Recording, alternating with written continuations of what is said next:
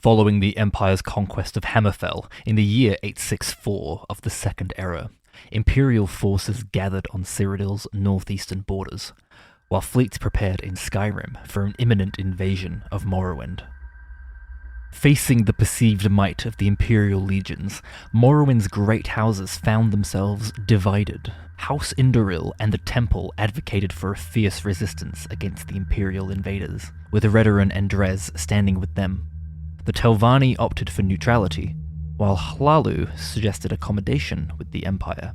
Several border skirmishes in Black Marsh proved inconclusive, hampered by the challenging terrain in this region. Morrowind's militias, joined by Redoran mercenaries and elite units, faced overwhelming odds. The situation changed when Vivec himself announced a treaty with Emperor Tiber Septim in Vivec City. The shocked temple hierarchy greeted the news with an awkward silence.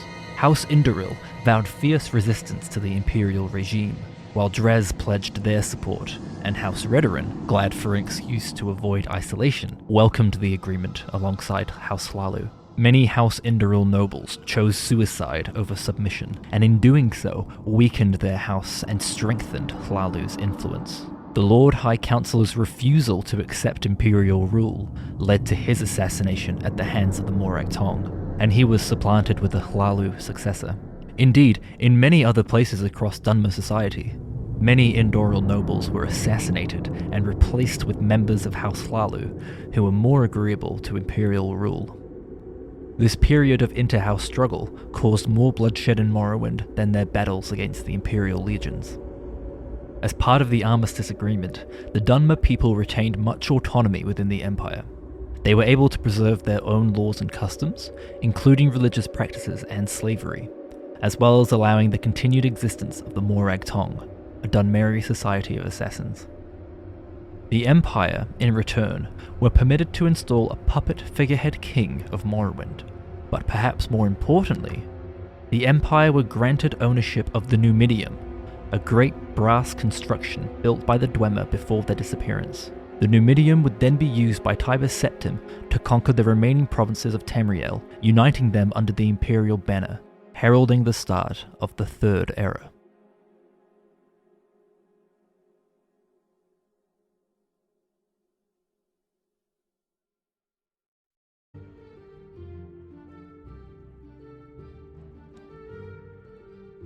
Hello and welcome back to episode 4 of the Trials of Samuel. Sorry to everyone who's been waiting for this. I was ill for about a week before Christmas, and then with the Christmas break, I was away with some family. But I'm back. So we're going to kick off today's episode just by doing a quick overview of what we have at our disposal. So last episode we got the Lord's Mail, which is the best heavy armor set in the game, which is fantastic. There is the Dragonbone Cuirass as well, which is also a very good heavy armor set. But I think the Lord's Mail is slightly better and also a bit easier to get. So there we go.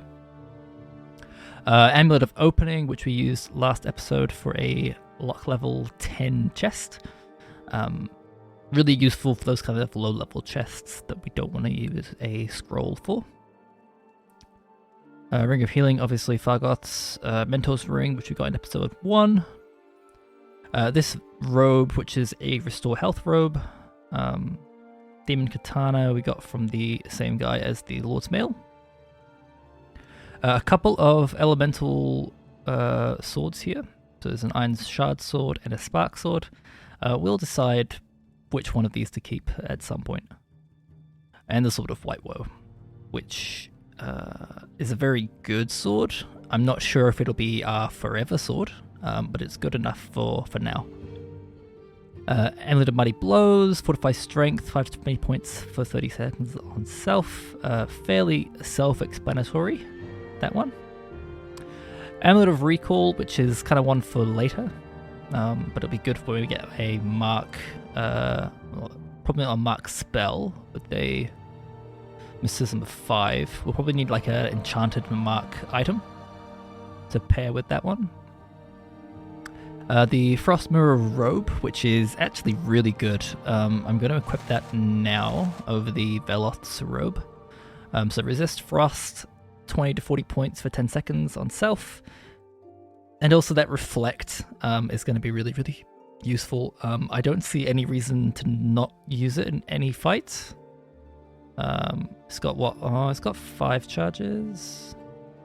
5-ish? I can't do maths. 5-ish, we'll say. Charges on that. Yeah, never do math on a recording or on a stream. A Ring of Aversion, invisibility for 10 seconds on self. We have about 5 uses of that, which is pretty good. I'll leave that on for now. Actually, no, Mentor's Ring. Yeah, Mentor's Ring and the Ring of Aversion, and we'll leave that off for now. Cool. A bunch of potions, which you don't really need. And this Moon Sugar, which I'm trying to find a vendor for at some point. 9 scrolls of Unduzi's Unhinging, which is awesome. And a few other scrolls that are not really very notable in general. And we also have this restoration spell, which we made last episode, which is going to be semi-useful, but most importantly, it's like a way for us to train restoration as we go around the world. Cool. So with all that said, I've got a bit of a plan for today. So last episode we took out the bandits at the Caldera mine, which was very good. And this episode, I'm thinking that what we should do is continue on with the Fighters Guild. So the next quest in the Fighters Guild is to actually get a code book from Satild at the South Wall Corner Club, just over there. Can't really see it from here. And basically, kind of funny story about that code book. It contains information about skooma trafficking in Morrowind, into and out of Vardenfell. It also names a few of the Thieves Guild members who are responsible for trafficking skooma into Vardenfell. So, kind of interesting in that the Fighters Guild have ties to the Kimono Tong, who are a rival faction of the Thieves Guild.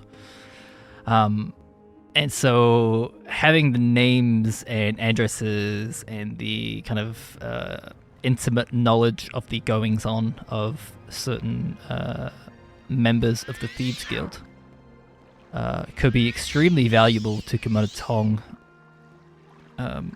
in kind of their own work in Vardenfell, their own shady dealings. So kind of interesting. It's never really explained in the game, as far as I'm aware, that that's actually what's going on. But yeah, it's cool to kind of know and kind of to see that.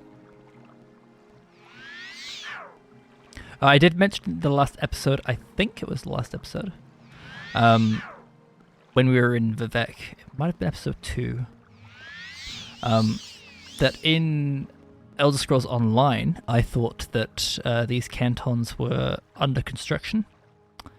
And I did go into ESO and had a little play around. And my character is actually in Morrowind.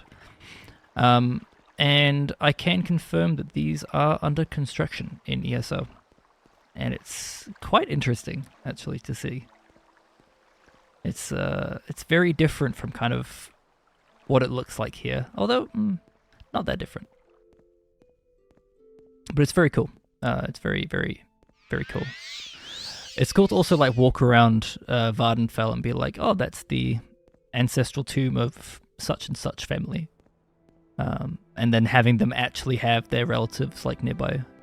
There's a quest for the Andorano family at the very start of your Morrowind adventure. and it's actually the guys who we stole the skull from in episode 2. So yeah, it's pretty cool. So to explain what we're doing here, we're starting on the House Redoran questline. This is the first quest that we'll get, and it's actually not technically a House Redoran exclusive quest, but it does give you faction, what's the word, like rating, disposition, reputation, I think. I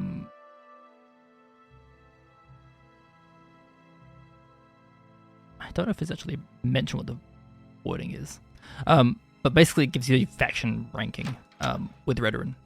So we'll grab that quest, and then we're going to head straight back out of Vivek to the north, which is where the Silt Strider is. Now, funnily enough, I've actually recorded this entire section just before, and I quick loaded instead of quick saved at this jump. Alright. F5. There we go.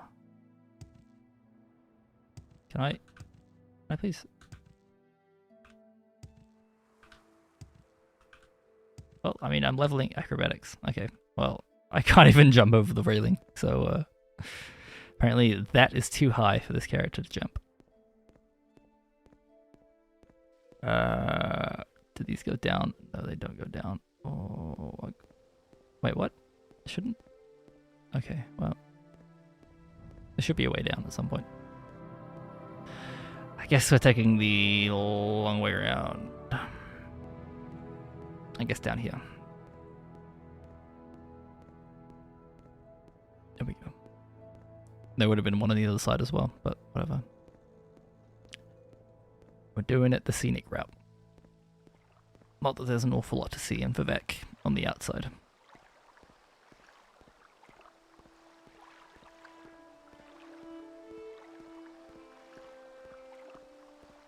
Grabbing a big swig of coffee. It is just before, just after 5:30 here in the morning at the time of recording this.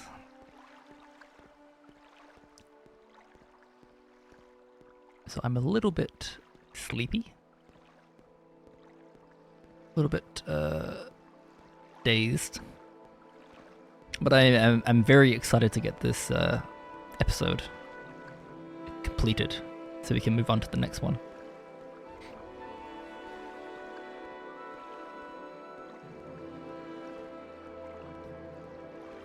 So as I mentioned, we're going to do the Fighters Guild quest, the next one in the series for Adis FireEye. And then we're going to go on to the some of the House Redoran quests. I think we'll hand in one, I think. But I think we're actually going to get 3 done today. In terms of the actual like quest objectives, we'll get them done. But we'll hand in one of them. And we're going to do a little bit of fighting. There'll be a little bit of fighting, a little bit of combat, but not an awful lot. Not compared to last episode. It's going to be a lot more sort of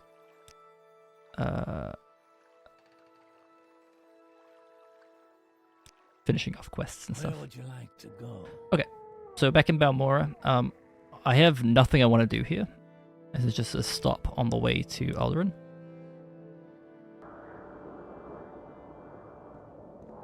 Cool. Just bear with me 2 ticks. Okay, cool.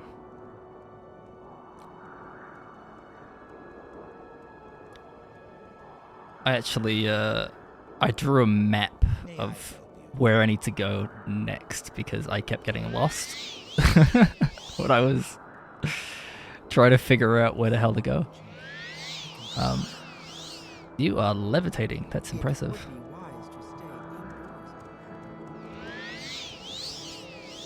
Cool.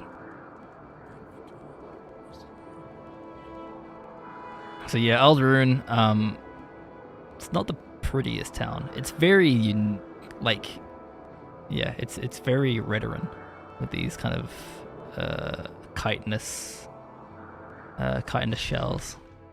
And this is actually the shell of a giant mud crab, which was like a scourge in years gone by on the great houses. And House Redoran have turned it into a lovely, a lovely district, really. So that's very cool. So this is the Redoran Council entrance. You've got my ear, let's hear it. So we'll have a chat to Naminda, and let's hear the rules. So do not steal from your kin, strike your kin unprovoked, or murder your kin. Do not break your word, honor your superiors, and do your duties to your house. Respect the teachings of the tribunal. So they're very much a tribunal temple kind of focused house, which I guess all the great houses are. Potentially less so Telvanni, they're kind of aloof, but anyway. Okay, hostile mud crabs. Druleen Farlin has been having her Gua herds attacked by mud crabs. The Gua herd is due west of here, just over the hills. She can tell you more about her mud crab problem.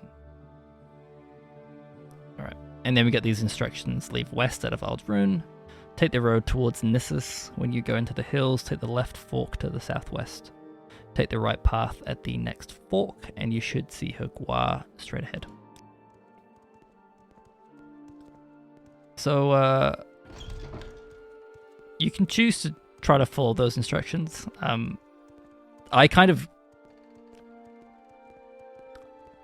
tried following them for a long time, and I kept getting lost.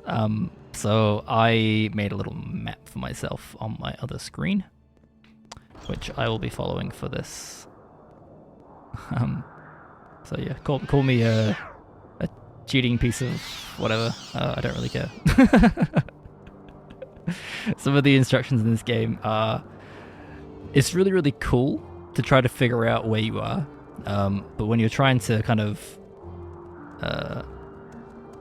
I guess get through quest lines and kind of, get somewhere in this game. It can be a little bit, frustrating running around in circles. Running around in circles. So, and Spark Sword. I think we'll use that. We are very much, I don't want to say overburdened, but we're pretty heavily burdened. But I don't think there's anything I want to get on the way here, so... Alright.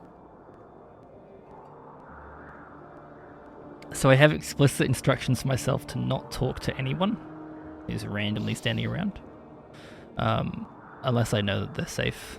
I can't remember what she wants. Okay. I've actually gone off the path already. This is the west gate. Oh yeah, okay.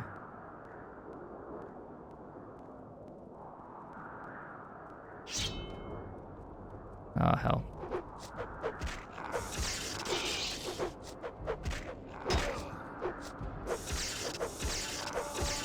Alright. That's good.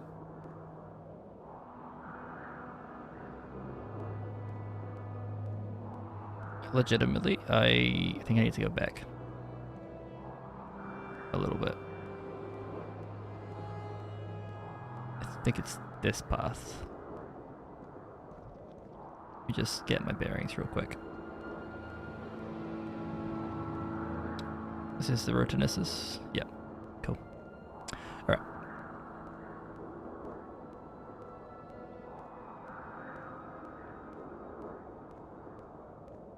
There's a really good map on the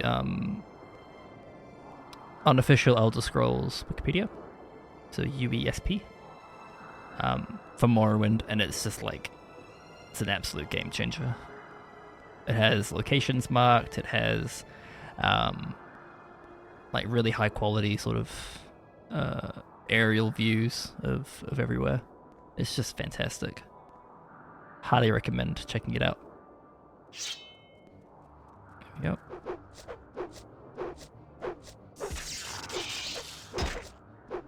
Please. Alright, there we go. Here's a cool thing. Let's use this item, which we have. Oh my god, heals 10 points of health. That's actually really good.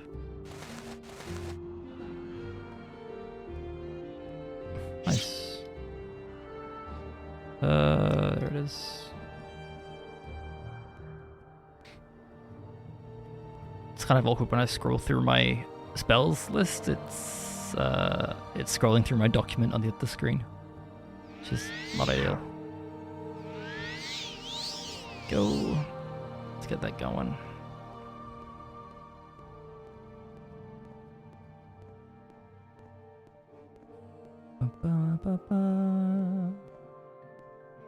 I love the music in this game.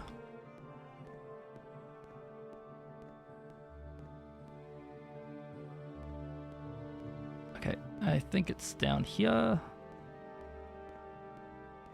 And then away on the left, there's an Argonian who wants us to carry some shirts for him. Actually, it's not a terrible quest. But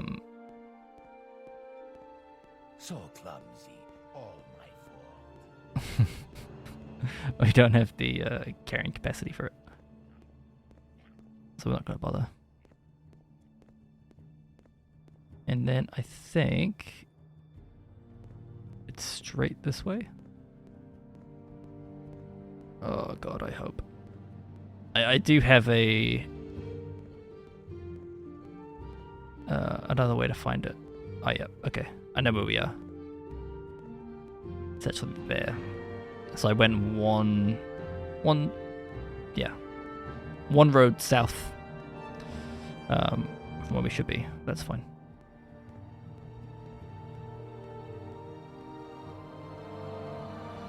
So this is what's her name? The Gua lady. This is her house.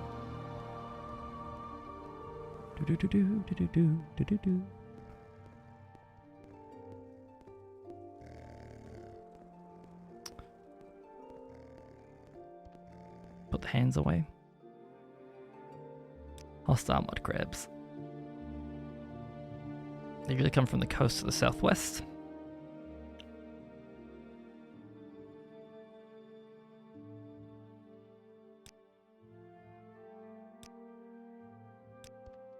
Okay. Under sun and sky, Outlander, we greet you warmly.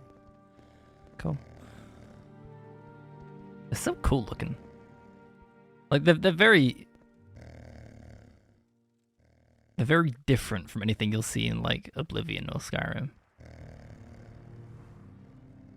And the fact that they're like pack animals as well. It's very cool.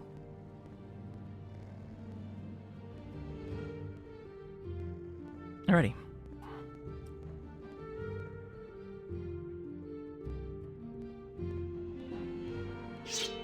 So there can be a little bit of trouble on the road.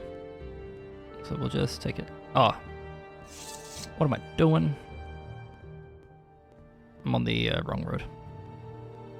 So funnily enough, actually, the road that we were on before is the right one to get to where the mud crabs are. That's fine. Oh god, my game. My game! Okay, there we go. Oh, funny. Just gonna try this. Get a little bit of fatigue back, hopefully. There we go. Nice. What the heck was that? He's sliding around, Mr. Rat. There you go. Take a dirt nap. I think that's a dead guar in the distance. I think just through that brush over there. see mud crab.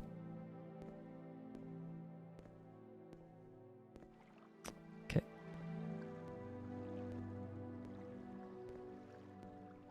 I don't want to walk down there because I want to see them when I'm fighting them. Even though they are mud crabs, they well, if you see my Wildlander Skyrim video, mud crabs can be tricky. Morrowind mud crabs probably less so. They're pretty straightforward. Yeah, there we go. Okay, well, that was easy. Now, to not fall in the water. Actually, I've got a quest for the... Just thought about this. Oh, I didn't take the Major Skill quest. Okay, that's fine. I don't really have the carry away anyway. Although... I mean, that's two... Oh, literally everything is here. Okay, I'm just gonna grab this stuff. I'm gonna drop these lockpicks, I don't need them. I might get that probe actually.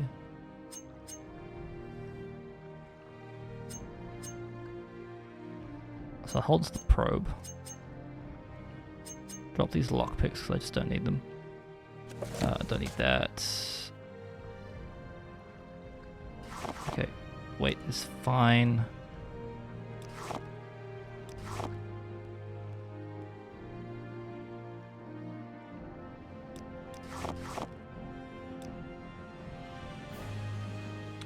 Is that everything? I've got Luminous Rosula, I've got Violet Caprinus, Hyperphasia, and Bundless Bane. Cool, we're good. Not that we'll be doing much with the Mages Guild, but it is nice to have access to it. And if Ajira likes us, we get cheap potions, which is nice. And we will be using potions a fair bit. And like I did say when the character creation was going on, we will use some alchemy. So it is nice to have access to an alchemy trainer who likes us. Alchemy is yeah, it's a minor skill.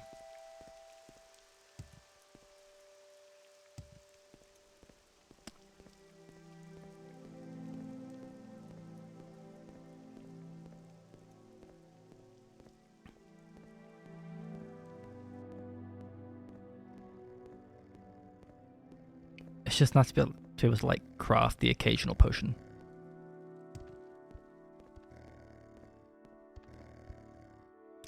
There we go. Hackalo Leaf, eh? Okay, now I am actually unable to move. Okay. Let's drop one of these Restore Fatigue potions. Actually, let's just drink it. Is there something I can do for you? Here we go. We can move a little bit faster. For 5 seconds. Okay, well, that's fine.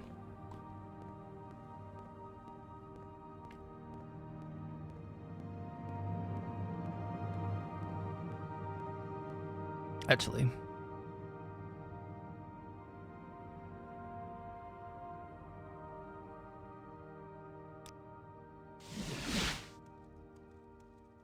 it's a bit faster, eh? Just use the Arms for the intervention scroll. There's a cliff racer in town. Wonderful. Please leave me alone. You can just see the ghost fence peeking out of those hills.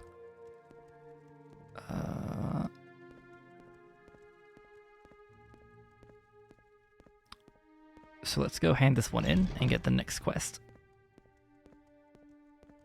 Which we will get to in a little bit.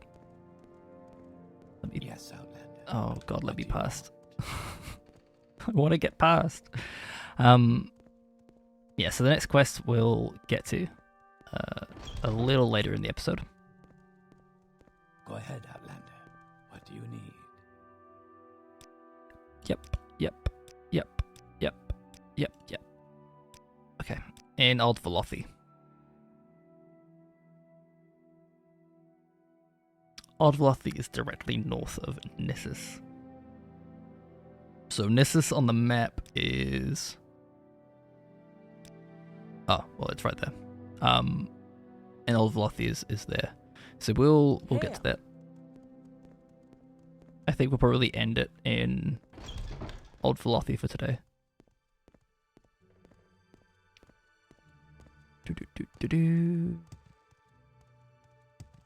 And now I get to the point where my acrobatics is so low that I can't jump over this railing. What do you think of our city, Outlander? I think it's very nice. I think the guards are great. Yep, that was... Yep. It's fine. We'll heal on the Silt Strider. That's the Clothier, which I don't want to go to. I want to go to the Alchemist.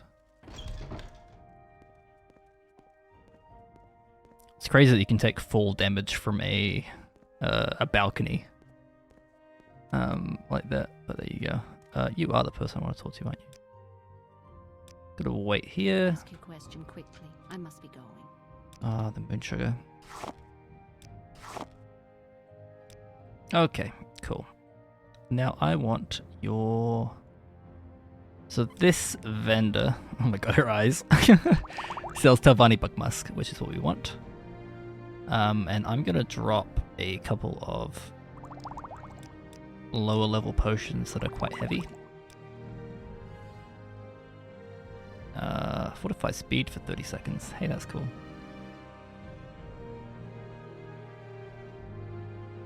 Oh. Yeah, we can drop those. We have a standard Rising Force potion if you need it. Cool. So we've got 3 Talvani Bug Musk. Ah! Okay. Always with this.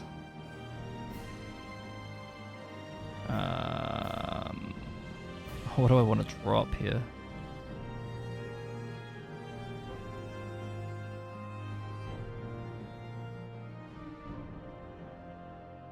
I don't even know if there's anything I want to drop. Oh, hound meat. I don't need that.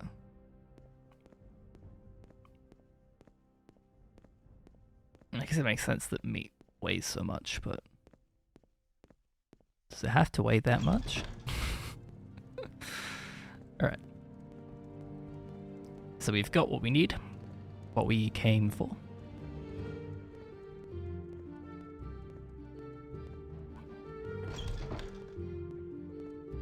And now we're going to head out of town, back to Balmora. Go ahead, Outlander. What do you need? There's so much I can tell.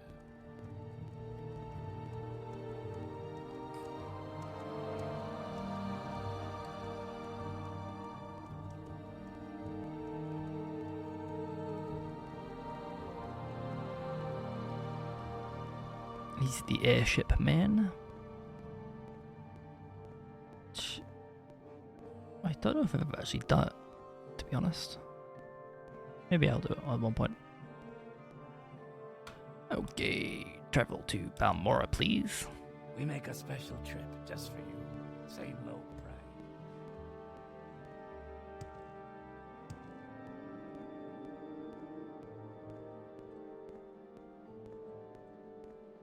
I want to double check that I actually have this quest in my... Yep. And I've got the... Yep. Cool. Perfect.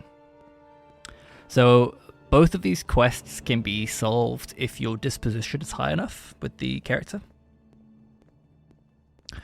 And so that's what we're going to do. The smell.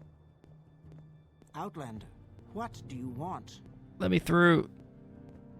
Okay, well, I guess we'll go upstairs this way. That's the door to Balmora. Cool. Alright, so...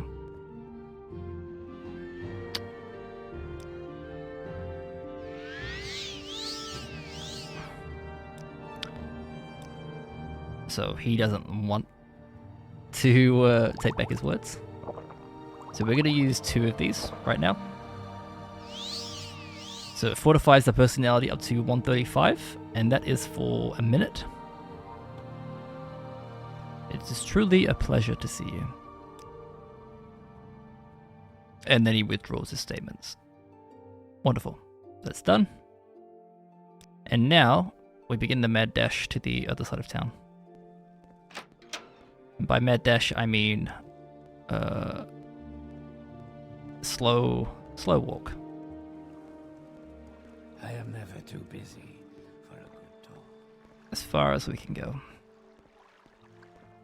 And we get all the nice voice lines that people thinking that we're a good person. We are a good person. It's just no one ever thinks we are.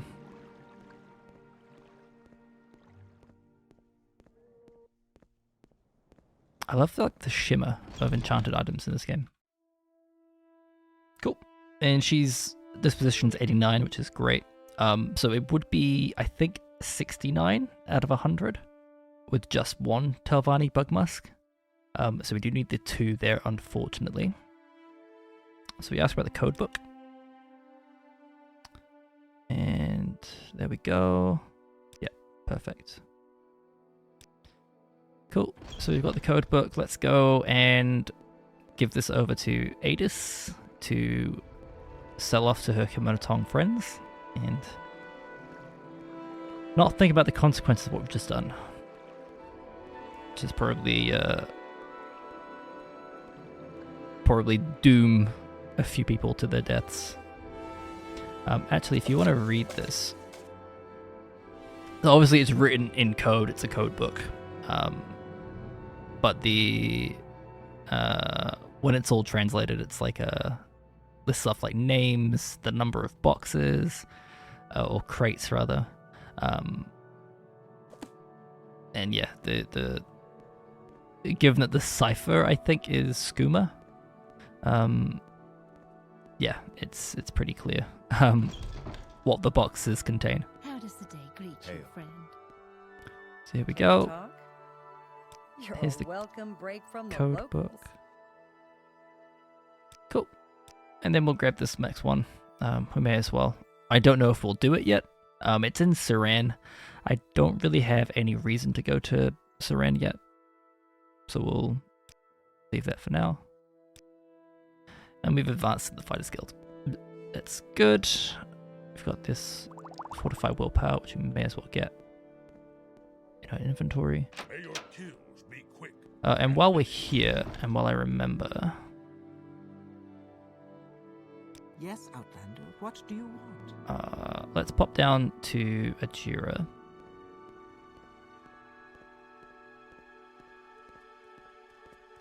Greetings.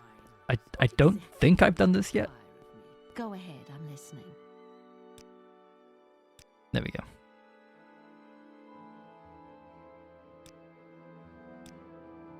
Perfect.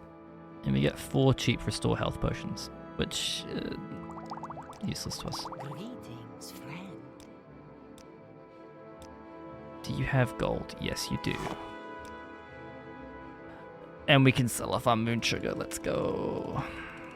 Give me 500. Perfect. Wonderful.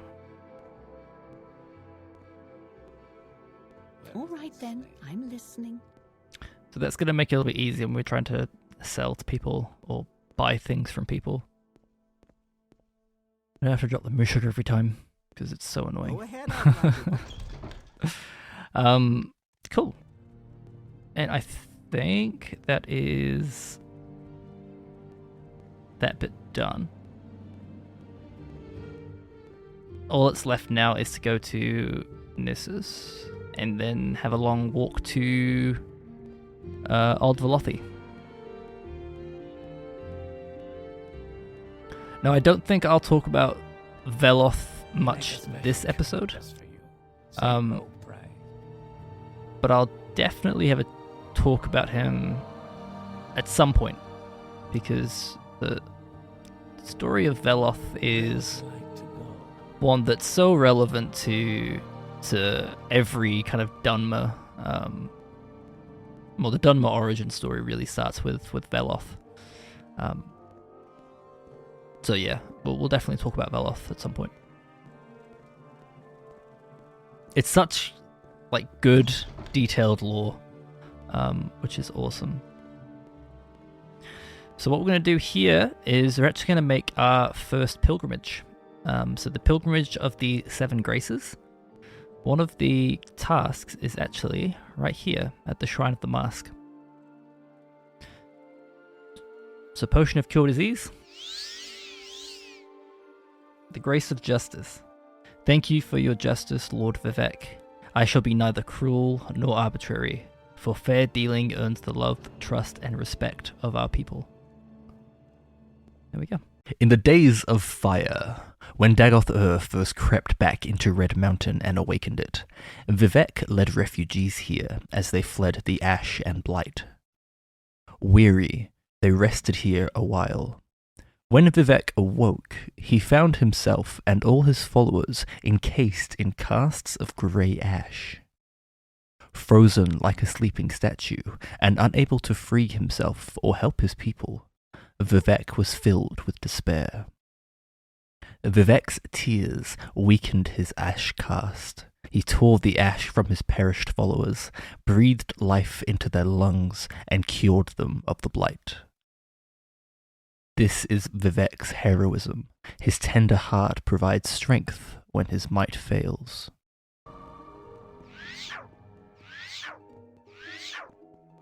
The True Noble's Code by Sergio Athens Serethi.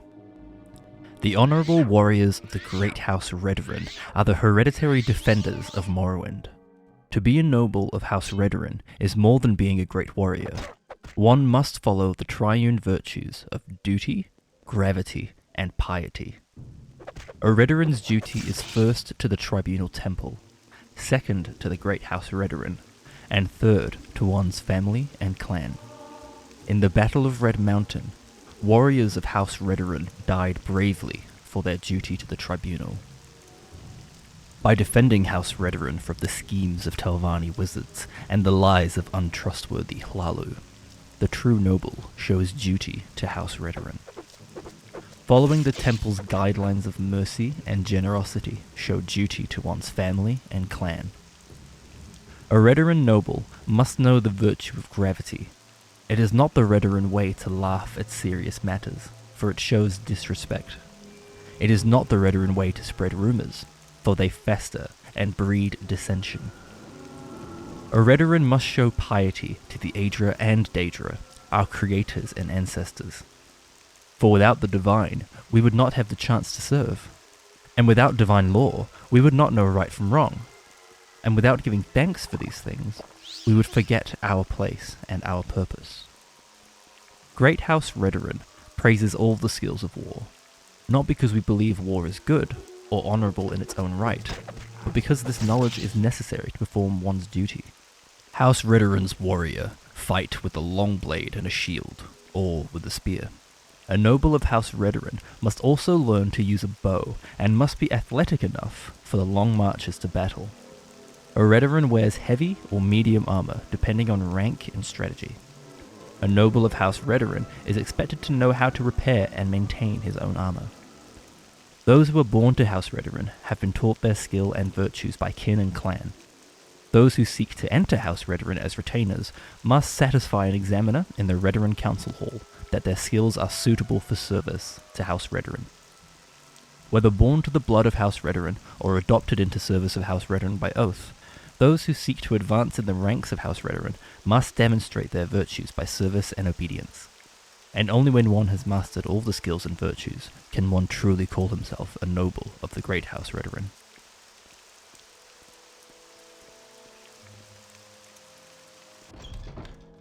Cool. You want a potion of cure disease?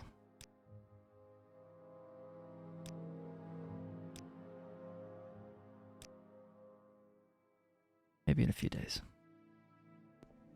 Cool. And so we sort of come to a close on today's episode. Thank you so much for joining. Before we leave, I would like to read a little bit about the ancestor worship of the Dunmer. And the reason for this is because, in the spirit of us being here in Old Velothi, it makes a lot of sense to kind of talk about where the Dunmer came from, what their origin story is. And to understand the Dunmer origin story, it's really important to understand the importance of ancestor worship in Dunmer society. So with that in mind, the doors of the spirit. The ancestors are among us. They are never farther away than the waiting door. The ancestors are not departed. The dead are not under the earth. Their spirits are in the restless wind, in the fire's voice, in the foot-smoothed step. Pay heed to these things, and you will know your absent kin. Pay reverence through gift and prayer. Acquaint the ancestors with your affairs, with your comings and goings, with your blessings and trials. From the waiting door comes your protection. Heed the spirits, who are the guardians of your hearth, teachers of wisdom, counselors of fortune, seers of fate. Each bone is a door through the wall of the world. Each bone is the road, with wisdom and power the travelers. Each bone is the ghost fence that guards us from evil. Honor the ancestors upon your hearths, within your halls, in the community of your temples, in the solitude of your tombs. Guard your ancestors from beasts, from thieves, from profane priests and sorcerers. Let no creature steal your spirits, for the plundered hearth is diminished, and the plundered tomb is shamed. Live in one world with your spirits. Honor the spirits within and without you. Do not grieve for the dead. Take shelter in their arms, and pay heed to their words. And with that being said, I'd like to bring this episode to a close. Thank you all so much for joining, and I look forward to seeing you in episode 5. Stay tuned.